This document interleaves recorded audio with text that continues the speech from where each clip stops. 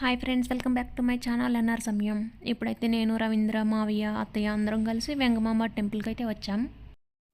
వెంగమాంబ తిరణాలు అయితే చాలా బాగా చేస్తారంట. ఈ చుట్టుపక్కల వాళ్ళకైతే తెలిసి ఉంటుంది. ఇదిగోండి అమ్మవారు ఇలా ఉంటారు.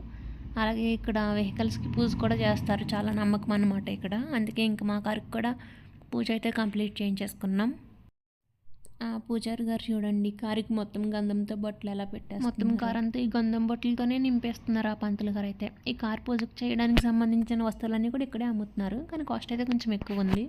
ఆపోజిట్ ఇక్కడ నాగమ్మవారి పుట్టు ఉంది. ఇక్కడ కూడా దండం పెట్టుకుని అయితే స్టార్ట్ అయిపోయాం.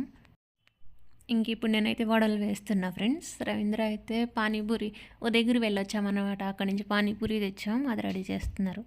అందరికి ఇచ్చేసాం, ఒక్కొక్కటి తినేసి అయిపోయింది. ఇంకండి ఇప్పుడు రవీంద్ర హెల్ప్ చేస్తారంట, అవి తీస్తున్నారనమాట వడలు.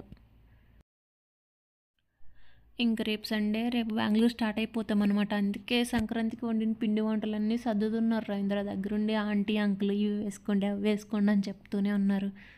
మొత్తం సున్నుండలు, లడ్డూలు, ఆపచ్చులు, జంతికలు అన్నీ చేశారనమాట. ఇవన్నీ అటువంటి కవర్స్ కిరాణా షాప్లో ఉన్నాయి. అవి ఒక 5 కేజీస్ కవర్ అనుకుంటా, అవి తెచ్చారు రవీంద్ర. వాటిల్లో వేసేసుకుంటున్నాం అనమాట. ఇన్ని అసలు మేము తినం, పట్టుకెళ్ళి వేస్ట్ అని చెప్పినా వీళ్ళు వినట్లేదు. ఇంకా వాళ్ళ కోసమైనా వేస్తున్నాం అనమాట. ఈ కవర్ ప్యాకింగ్ అన్నీ చేస్తున్నారు రవీంద్ర.